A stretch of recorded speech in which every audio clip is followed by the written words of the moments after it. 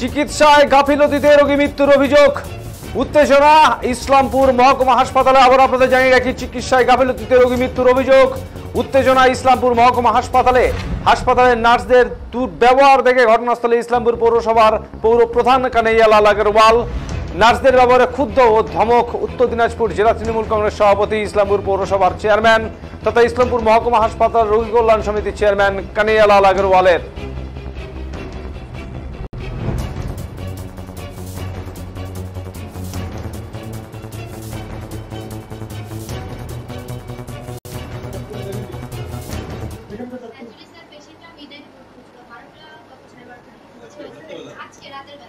ঠিক আছে, তো ভর্তি হয়েছে মর্নিং এ। শুনুন না, আমাকে বলতে দিন আগে। মর্নিং এ স্যার রাউন্ডে দেখেছিলেন, তো স্যার ওনাকে বলেছেন অ্যালকোহল নিয়ে কিছু অ্যালকোহল ড্রিঙ্ক করে বা কিছু এরকম বলেছিলেন যে করবেন না, এগুলো নিয়ে বলেছে। তো ওনার ওয়াইফ ছিলেন না গেছিলেন জানি না, আমরা তো মর্নিং এ ছিলাম না। ওনার ওয়াইফকে ডাকলাম আমরা, বলে ওখানে চেম্বারে নিয়ে গিয়ে এসি মন্ডল স্যারকে দেখিয়েছেন। ঠিক আছে, স্যার ওখানে এখানে লিখে দিয়েছেন যে patient was admitted in ISCH medicine ওয়ার্ডে আগে মেডিসিন মর্নিং এ মেডিসিনের আন্ডারে ভর্তি। ঠিক আছে, তারপর ওনারা সার্জনকে দেখালেন, সার্জন দেখে এখানে লিখে দিয়েছে।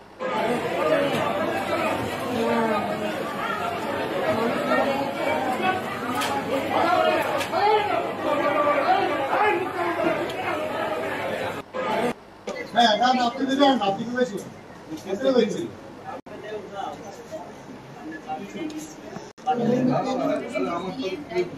পরিস্থিতি সামাল দিতে হাসপাতালে ছুটে আসে ইসলামপুর থানার পুলিশ। মৃত রোগীর নাম প্রণব দত্ত, বয়স আনুমানিক 55 বছর, বাড়ি ইসলামপুর শহরের ক্ষুদিরামপল্লী এলাকায়। পরিবার সূত্রে জানা গেছে, বমি ও বুক জ্বালা নিয়ে বুধবার সকালে প্রণব দত্ত নামে এই রোগীকে ইসলামপুর মহকুমা হাসপাতালে চিকিৎসার জন্য ভর্তি করেন পরিবারের সদস্যরা। বৃহস্পতিবার সকালে রোগীকে ছুটি দিলে বাড়ি নিয়ে চলে যান পরিবারের সদস্যরা। বৃহস্পতিবার গভীর রাতে আবারও শেষে বিনা চিকিৎসায় মৃত্যু হয় রোগীর। মৃত্যুর খবর ছড়িয়ে পড়তে হাসপাতালে ছুটে আসেন ইসলামপুর পৌরসভার চেয়ারম্যান তথা রোগী কল্যাণ সমিতির চেয়ারম্যান কানাইয়া লাল আগরওয়াল। হাসপাতালে কর্তব্যরত নার্সদের দুর্ব্যবহারে ক্ষুব্ধ ধমক স্বাস্থ্যকর্মীদের। বিষয়টি নিয়ে ঊর্ধ্বতন কর্তৃপক্ষের কাছে অভিযোগ জানাবেন তিনি বলে জানান।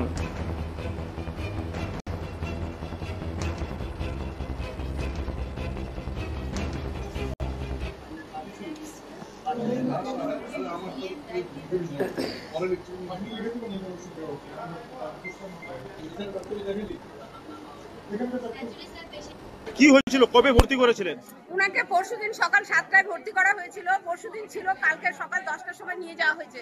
তারপরে রাত্রি 1টার সময় খুব বাড়াবাড়ি হয়েছে, আবার 1টার সময় আনা হয়েছে। 1টা থেকে নিয়ে এই পর্যন্ত ডাক্তার কেউ ঠিক মতো, ডাক্তার বলছে যে উনার কোনো সিরিয়াস নেয়নি। যদি আমাদের বলতো সেরকম যে বাইরে নিয়ে চলে যাও, তাহলে আমরা নিয়ে যেতাম না। এখানে ফেলে একটা নার্স আসেনি এখানে।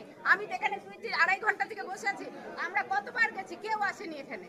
মানুষটা ছটপট, ওদের কি চোখে পড়েনি? কি হয়েছিল, কি সমস্যা ছিল? আমরা তো সমস্যাটা, আমরা ডাক্তার দেখিয়েছি, আমরা তো ডাক্তার না যে আমরা তার সমস্যাটা বলতে পারবো। ডাক্তার রিপোর্ট দেখে ডাক্তার তো সমস্যা বলবে। আমরা যদি ওনার সমস্যাটা জানতাম তাহলে তো আর আমাদের এখানে আনতে হতো না। সকাল থেকে ভালো ছিল? সকাল থেকে ভালো ছিল না, ভালো থাকলে তো বাড়িতেই থাকতো সে। ডাক্তারদের নেগলিজেন্সির জন্য চলে গেল। কি চাইছেন এখন? কি চাইছি আমরা, আর কি চাবো? আমাদের তো মানুষই চলে গেছে। অভিযোগ করবেন? এরকম গাফিলতি করাটা উচিত হয়নি। অভিযোগ করবেন? অভিযোগ কি করব আমরা? অভিযোগ করলে কি ফিরে আসবে? ওরা তো মেরেই দিল। কি নাম আপনার? আমার নাম সুমিতা দত্ত। কি দেখছিলেন পেশেন্টের কি অবস্থা ছিল? পেশেন্টটা ওখান থেকে হাঁটিয়ে আসলো, হাঁটিয়ে আসে বলছে কি আমার বুকটা জ্বলে যায়। ফের ওই ব্যান্ডে যাই থেকে গেল, ওখান থেকে ফের ও ওর বাড়ির লোক তুলে নিয়ে আসে এখানে শোতাইলো, বলছে বুকটা চলে যায়, তাও তোড়াতড়ি আসছে না, যাচ্ছে দুবার করে ডাক দিচ্ছে তাও শুনে না কথা তোড়াতড়ি। মানে এখানে যারা ছিল কেউ আসে না চিকিৎসা করতে? না পরে আসছে, পরে এসে কি করবে পরে করে। মানে সিস্টাররা ছিল কি এসে? হ্যাঁ ওখানে ছিল, অফিসে ছিল। হ্যাঁ তো মানে পরিবারের লোকজন ডাকতে গেছিল, আসে নাই? ডাক দিতে গেছে, আসে না তোড়াতড়ি। ওই বলেন না ওকে, ওরা বাড়ির লোককে বলেন, এরা আছে ওনাকে বলেন। আপনি কি দেখছেন? আমরাও ওইটাই দেখছি, মানে চিকিৎসা গাফিলতির কারণেই মারা গেল। হ্যাঁ চিকিৎসা না করারই কারণে মারা গেল। কি নাম আপনার? আমার নাম হচ্ছে কুরবান আলী। পেশেন্ট আপনিও? হ্যাঁ আপনি পেয়েছেন তো, আমি তো পড়ে গেছিলাম, মানে 8 দিন থেকে এখানে আছি। তোড়াতড়ি চিকিৎসা করছে না, যেগুলো ইঞ্জেকশন লিখে দেয় ওটাও তোড়াতড়ি দিচ্ছে না। ধরেন কি যে সকালে ইঞ্জেকশন দিল, এখনো নাই। হ্যাঁ গান আপনি দিলেন, আপনি করেছি আপনি হয়েছে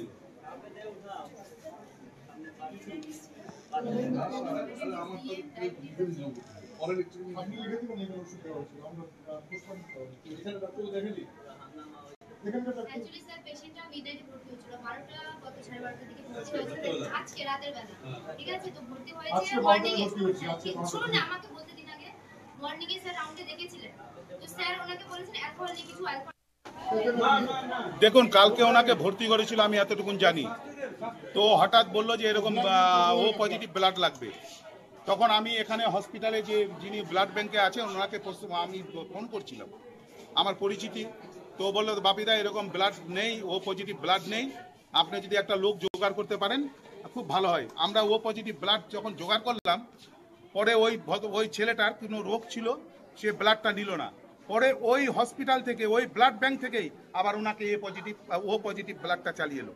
তখন কোথা থেকে আসলো ও পজিটিভ ব্লাডটা? তারপরে চালানোর পরে তার প্রপার ট্রিটমেন্ট হয়নি। ডাক্তার বললে এসব ওষুধ চালালে আপনার পেশেন্ট ঠিক হয়ে যাবে, কিন্তু একটা ওষুধ চালায়নি। সিস্টাররা সবসময় এসি রুম এখন করে দিচ্ছে, এই এসি রুমের মধ্যে বসে এরা গল্প করতেছে, ভাইফোঁটার গল্প। আর এরা সব বাইরের নার্স, এই নার্সগুলো এখানকার মানুষের কদর বোঝে না, কোনো কদরই বোঝে না। তো এইভাবে যদি চলতে থাকে, মাননীয় মুখ্যমন্ত্রী আমাদের যতটা করেছে হসপিটালের জন্য, কিন্তু স্টাফ কোনো দিন তাকে সুস্থ থাকতে দেয়নি। এবং বদনাম করার জন্য সিস্টার থেকে ডাক্তাররা এই মাটি মানুষের সরকারকে বদনাম করার জন্য এরা প্রকল্প লাগাইছে, পেশেন্টকে মেরে দিচ্ছে। কোনো পেশেন্টকে, আপনি এতগুলো বেডে লোক আছে, আপনারা শুনে নেন একটা পেশেন্টের কাছ থেকে তারা নার্সগুলো তারা ভালো ব্যবহার করছে কিনা। আজকে 1 লাখ টাকা পর্যন্ত ওরা মাইনা পাচ্ছে আর পেশেন্টের পরিষেবা দিচ্ছে না। ইসলামপুরের ডাক্তারদের কথা কি বলবো, হসপিটালের গেট থেকে বারণ, হসপিটালে ইমার্জেন্সিতে নেই, কিন্তু দেখবেন যে হসপিটালের চেম্বারের মধ্যে ওরা বসে একটা মেডিসিন দোকানের চেম্বারে বসে ওরা প্র্যাকটিস করছে। আমার নিজের চোখে দেখা এই হসপিটালের আমি মা ক্যান্টিনটা চালাই, আমি সবসময় দেখি এখানকার নার্সের ব্যবহার, এখানকার ডাক্তারের ব্যবহার, রাব ব্যবহার। মানুষকে মানুষ মনে করে না, মানুষের জীবনকে জীবন মনে করে না, জিন্দা লোককে মেরে দিচ্ছে এরা। কোনো কিছু হচ্ছে তাহলে মেডিকেল করে দিক, মেডিকেলও করেনি। লোকটাকে সুস্থ ছিল, সকালবেলা আমি দেখে গেলাম, হসপিটালে এসে দেখে গেলাম সুস্থ, আমার সঙ্গে গল্প করলো। সে লোকটা এখন শুনছি ফট করে যে মারা গেল, কোনো ট্রিটমেন্ট হয়নি তার। একটা ডাক্তার ইমার্জেন্সিতে আপনি পাবেন না, কল করলেও আসে না ডাক্তাররা। অনেক সমস্যা এই হসপিটালে। কি চাইছেন এখন? এখন চাই যারা যে ডাক্তারের নেগলিজেন্সি, যে ডাক্তারের আন্ডারে ভর্তি হয়েছিল এবং নার্স যারা আছে, যারা এরা এই লোকটাকে মারলো, তাদের শাস্তির দাবি করছি, পুরোপুরি শাস্তির দাবি, এবং এরা যেন এখানে না থাকে। কথা বলো পেশেন্ট পার্টির এটাই অভিযোগ যে ওর প্রপার ট্রিটমেন্টটা হয়নি। আমরা পেপারসও দেখলাম প্যানক্রিয়াটাইটিসের পেশেন্ট ছিল, ডক্টর মন্ডলকেও দেখেছিল, উনিও কিছু ইঞ্জেকশন দিতে বলেছিলেন। পেশেন্ট পার্টি বলছে যে সেই ইঞ্জেকশনগুলো ঠিক মতো দেওয়া হয়নি, এই পেশেন্টটা সাকাম করেছে, মারা গেছে। পেশেন্ট পার্টি যদি কমপ্লেন করেন তাহলে নিশ্চয়ই আমরা ডিটেল ব্যাপারটাকে হসপিটালের সুপারভাইজারের মাধ্যমে জেনে নিতে পারবো যে ট্রিটমেন্টটাতে কোথাও গাফিলতি আছে। স্যার অভিযোগ রয়েছে যে বারবার সিস্টারদের ডাকা হয়েছে, তারপরেও সিস্টাররা উঠে আসেনি। একজন মিস্টার বেরা বলে একজন সিস্টার আছে দেখলাম, ওর ব্যবহারটা খুবই খারাপ। আমি স্পেসিফিক্যালি ওনার এগেন্স্টে কমপ্লেনটা করবো। হ্যাঁ গান আপনি দিলেন, আপনি করেছি আপনি হয়েছে